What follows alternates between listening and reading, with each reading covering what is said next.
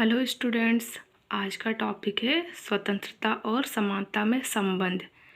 स्वतंत्रता और समानता के संबंध में विचारक एक मत नहीं है, तो इस संबंध में दो मत हैं, जिसमें पहला है स्वतंत्रता और समानता परस्पर विरोधी है।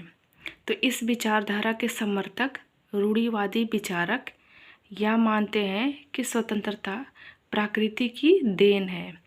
स्वतंत्रता का अर्थ बंधनों का अभाव है, जबकि समानता में बंधनों का होना अनिवार्य है। अतः स्वतंत्रता और समानता साथ साथ नहीं रह सकते। इस संबंध में लॉर्ड एक्टन अपना विचार देते हैं और कहते हैं कि समानता की उत्कृष्ट अभिलाषा के कारण स्वतंत्रता की आशा व्यर्थ हो गई है। दूसरा है स्वतंत्रता और समानता एक दूसरे के पूरक। कुछ विद्वान मानते हैं कि स्वतंत्रता और समानता एक दूसरे की पूरक हैं, ना कि विरोधी। तो समानता स्वतंत्रता का ही आधार है।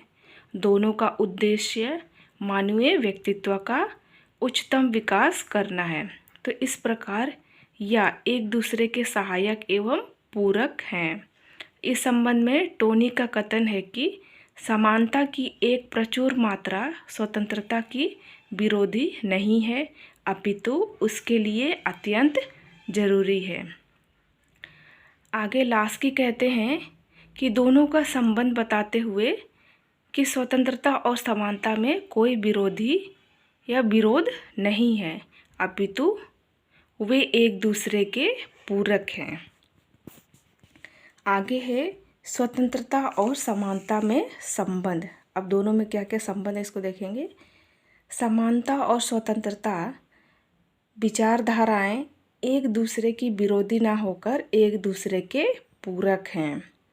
स्वतंत्रता का अस्तित्व नियंत्रणों के अभाव में नहीं हो सकता है।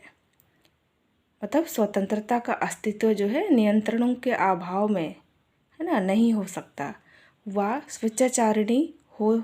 स्वेच्छाचारिणी ही होगी।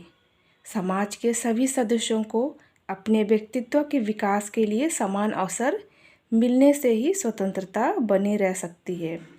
समानता के बिना स्वतंत्रता सारहीन है और स्वतंत्रता के बिना समानता आधारहीन है। तो इस संबंध में प्रोफेसर फुलार्ड के शब्दों में स्वतंत्रता की समस्या का केवल एक ही हल है और यह समानता में स्थिर रहती है।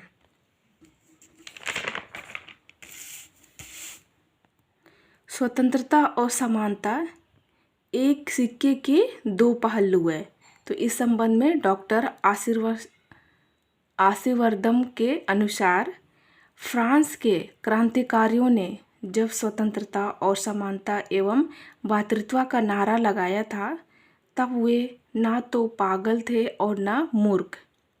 तो लॉर्ड एक्टन ने भी यह स्वीकार किया है कि विरोधाभास यह है कि समानता और स्वतंत्रता, जो कि विरोधी विचार के रूप में शुरू होते हैं, विश्लेषण करने पर एक दूसरे के लिए जरूरी हो जाते हैं। सत्य यह है कि समानता के अर्थ की उचित व्याख्या स्वतंत्रता के संदर्भ में ही दी जा सकती है। समानता के अभाव में स्वतंत्रता नहीं हो सकती है। कुछ कारण निम्न प्रकार है। इसमें पहला है, यदि राजनीतिक समानता नहीं होगी, है ना, यदि राजनीतिक समानता नहीं होगी तो जनता के एक बहुत बड़े भाग को शासन कार्य में भाग लेने का अवसर नहीं मिल पाएगा, अतः स्वतंत्रता का कोई मूल्य नहीं रह जाएगा।